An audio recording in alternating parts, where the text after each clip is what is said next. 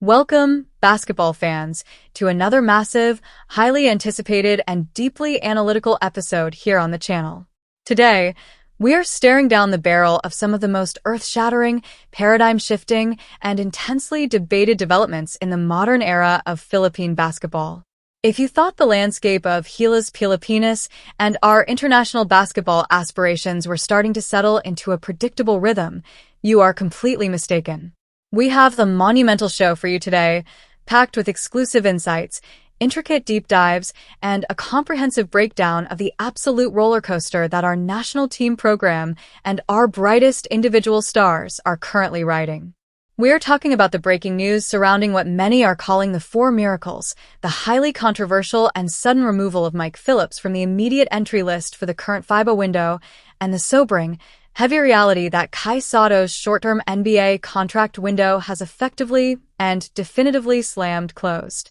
This is not just a standard news update. This is a profound exploration into the intersection of international basketball politics, domestic scheduling conflicts, player health, relentless ambition, and the harsh realities of the professional basketball business.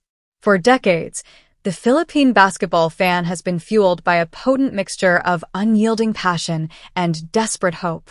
We live and breathe the sport.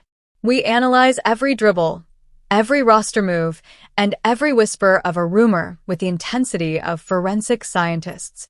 And right now, the rumors have manifested into undeniable, hard-hitting facts that we need to unpack piece by agonizing piece.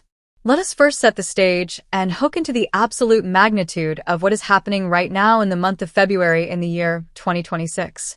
We are currently in the thick of the FIBA World Cup 2027 Asian qualifiers. The stakes could not possibly be higher. Coach Tim Cone, the legendary tactician, has been meticulously assembling a master roster, a pool of players designed not just to compete, but to dominate and secure our rightful place on the global stage. He has been blending seasoned veterans with dynamic, explosive youth. And for the longest time, the puzzle pieces seem to be falling perfectly into place.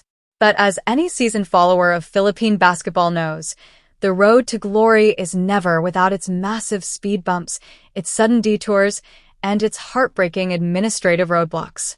The first major shockwave to hit the community revolves around the relentless, high-flying, rebounding machine himself, Mike Phillips.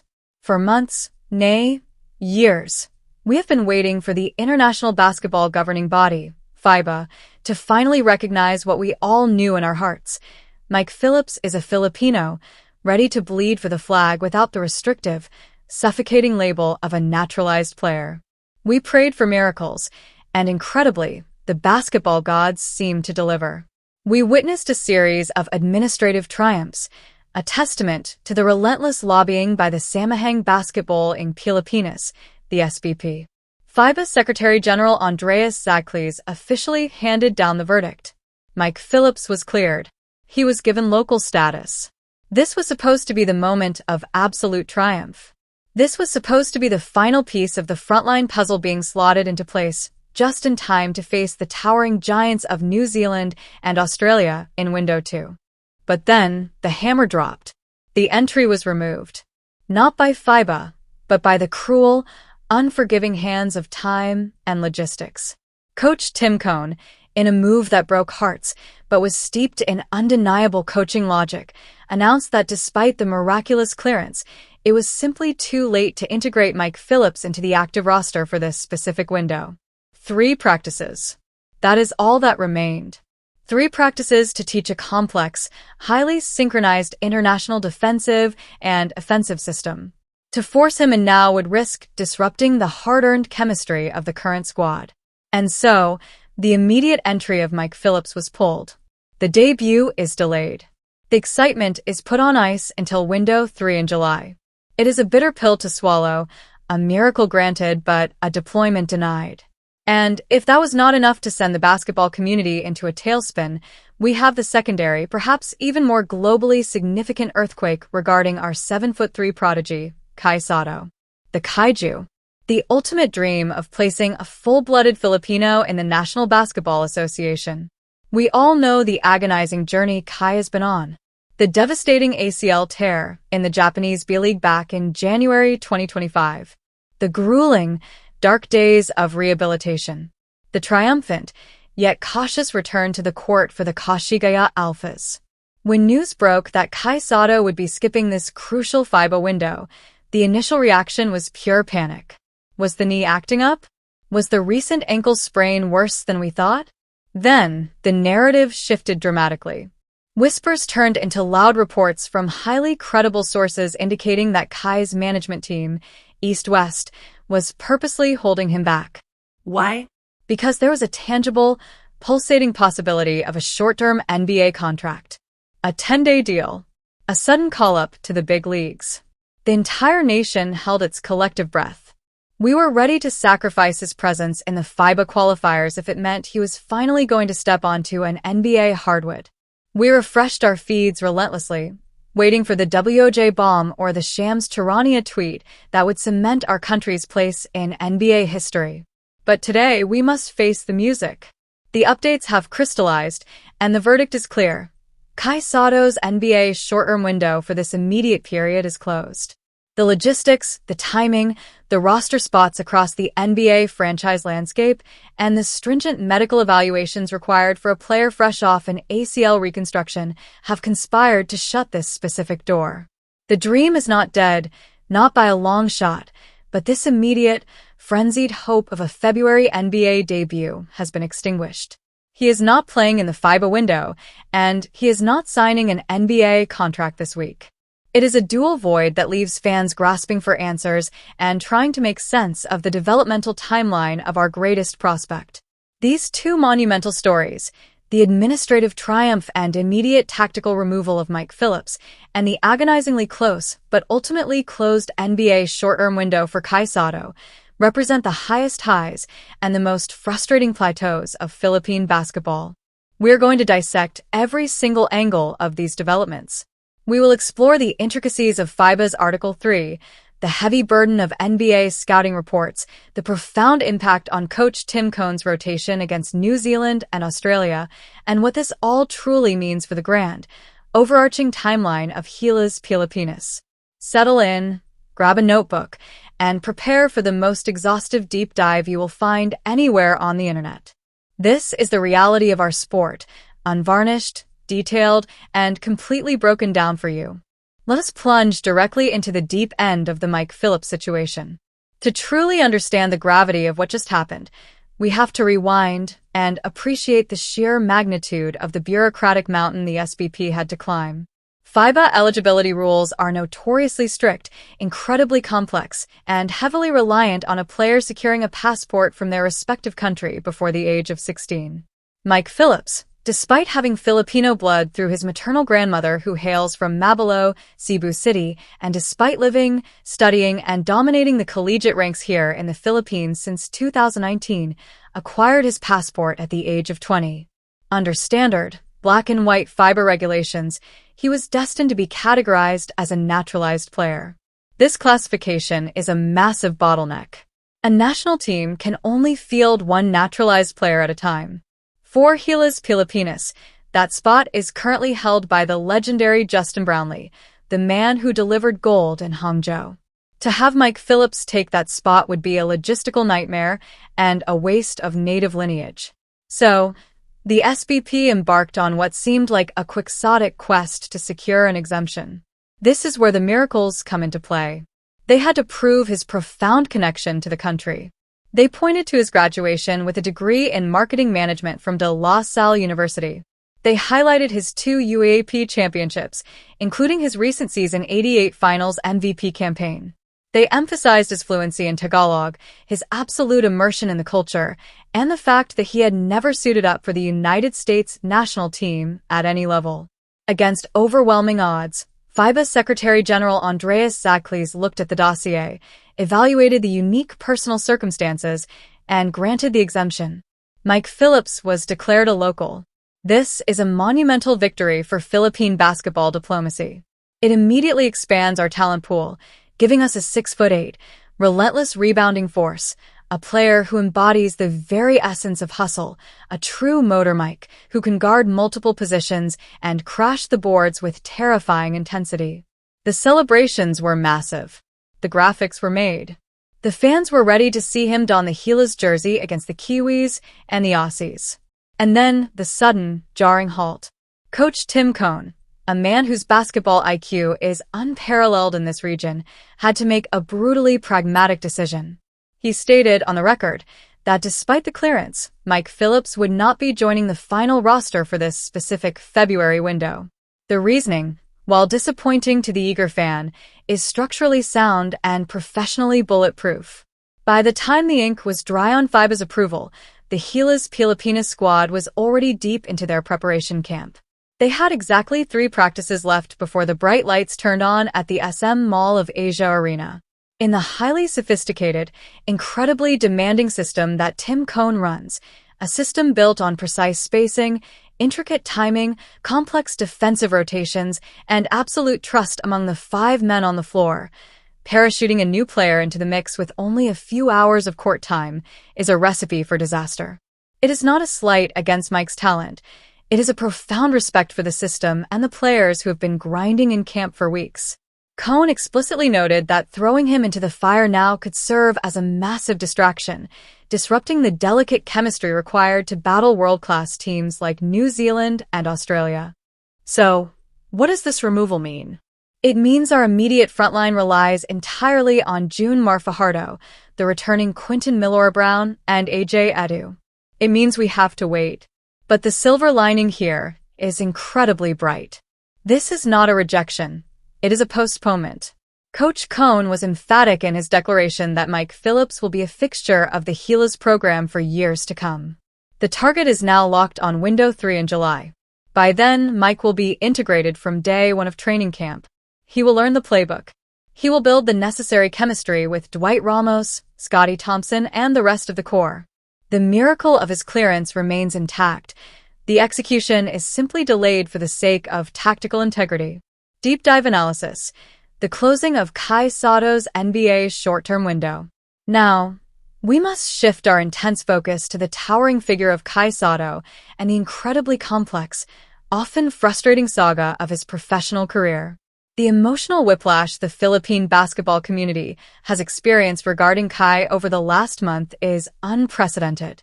First, there was the joy of seeing him back on the court in the B-League after nearly a year of agonizing rehabilitation from a torn ACL. We saw him putting up solid numbers for the Kashigaya Alphas, demonstrating that his touch, his court vision, and his sheer physical presence were returning. Then came the looming FIBA window. We naturally assumed he would anchor the middle for Gilas. But then an ankle sprain complicated matters. Yet, sources within the Kashigaya Alphas management confirmed they were perfectly willing to let him play for the national team. The roadblock, it turned out, was not his Japanese club. The roadblock was his own management team, East-West. And the reason they leaked to the press sent shockwaves across the globe. They were preserving his health because there was a legitimate shot at a short-term NBA contract materializing right around the time of the FIBA window. This revelation changed everything. Fans who were initially upset about his national team absence instantly pivoted to absolute support. If an NBA team was hovering, ready to offer a 10-day contract, ready to evaluate him for a rest-of-season roster spot or a two-way deal, then skipping a FIBA qualifying window was entirely justified. The NBA is the pinnacle. It is the ultimate goal. We all began tracking NBA injury reports, looking for teams desperate for center depth, teams looking to take a flyer on a highly skilled 7'3" big man. However, as the days ticked by, the silence became deafening. The trade deadline passed. The buyout market began to settle. The 10-day contracts were being handed out to established G-League veterans and rotational wings. And now, as we analyze the current landscape, we must confront the reality that the short-term window for Kai Sotto has closed. The opportunity, whatever it may have been, did not materialize in the way his management team had hoped or anticipated. Why did this happen? We have to look at this objectively, stripping away our bias. While Kai Sotto possesses an incredibly unique skill set, his passing ability for his size is elite, his shooting touch is soft, and his basketball IQ is highly developed, he is still a massive risk for an NBA front office in the middle of a grueling regular season. He is a player fresh off a major ACL reconstruction. While he is playing in Japan, his minutes are being carefully managed. NBA teams require immediate, plug-and-play production from mid-season signees. They need players who can withstand the brutal physicality and the relentless pace of the modern NBA game. An NBA general manager looking at a 10-day contract needs certainty. They need a player who can step onto the floor tomorrow, hedge hard on a pick and roll against a lightning-fast point guard, rotate back to the paint, and absorb contact from a 260-pound center. Given Kai's current stage of physical recovery, and the fact that agility and lower body strength have historically been areas needing development even prior to the injury, offering a guaranteed NBA contract right now was always going to be an extreme long shot. The strategy from his management was a massive gamble. By leaking the NBA possibility, they created immense pressure and expectation. By holding him out of the FIBA window to preserve this chance, and then having the chance evaporate, they've placed Kai in a highly scrutinized position. He is now missing out on highly valuable, high-level international reps against brutal, physical teams like New Zealand and Australia, reps that former NBA players like Jeremy Lin have explicitly stated are crucial for catching the eye of NBA scouts. Speaking of Jeremy Lin, his recent comments offer a vital perspective. Lin, who actually practiced with Kai during the G League Ignite days, reiterated that the NBA dream is still alive. But he pointed to players like Gershon Yabusel, who fell out of the league, grinded overseas, and used massive international tournaments, like the Olympics, to force his way back onto an NBA roster. The path for Kai Sotto is no longer a straight line. It is not going to be a sudden mid-season call-up. The short-term window is closed. The path forward now requires patience and an absolute, unwavering commitment to dominance where he currently stands. He must dominate the B-League. He must return to Gilas in July for Window 3 and utterly destroy the competition. He needs to use the FIBA stage to prove to every NBA scout watching that his knee is 100%, that his lateral quickness has improved, and that he can dominate world-class athletes. The NBA's Summer League later this year will be another critical juncture. But for now, the immediate dream is deferred. The management's gamble did not pay out, and Kai must now refocus on the grueling, long-term grind of proving he belongs among the greatest basketball players on the planet. As we draw this exhaustive, deeply analytical broadcast to a close, we need to take a massive step back and look at the sheer breadth of what we have discussed today and what it truly signifies for the future of our beloved Gilas Pilipinas and the individual trajectories of our brightest stars. We have traversed a massive emotional and logistical landscape, dissecting the administrative triumphs, the harsh tactical realities, and the volatile nature of professional basketball dreams. The news cycle in Philippine basketball never truly sleeps, and this week has been a profound testament to that fact. Let us summarize the monumental pillars of today's deep dive. We started with the incredible, hard-fought victory securing Mike Phillips' eligibility. The SBP pulled off what many thought was administratively impossible, navigating the labyrinthine corridors of FIBA regulations to strip away the restrictive naturalized label and declare him a full-fledged local player. This is a generational win for the program. It secures a relentless, high-energy, rebounding force for our front line for the next decade. Mike Phillips is the embodiment of PUSO, and having his legal status finally match his cultural and patriotic commitment is a cause for massive celebration. However, we also had to address the immediate, sobering reality of his delayed debut. The removal of his entry for the current window against New Zealand and Australia is not a failure. It is a masterclass in coaching discipline by Tim Cohn. It is a stark reminder that international basketball is not a video game where you can simply drag and drop players onto a roster hours before tip-off. Chemistry, timing, and systemic understanding are paramount. Throwing a highly energetic but system-unfamiliar player into the crucible of a FIBA qualifier would be a disservice to both the player and the team. The anticipation is merely deferred.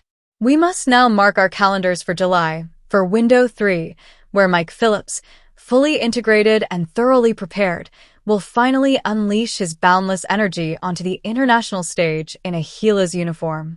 The wait will be agonizing, but the payoff promises to be spectacular. Simultaneously, we tackled the heavy, complex, and emotionally charged saga of Kai Sotto.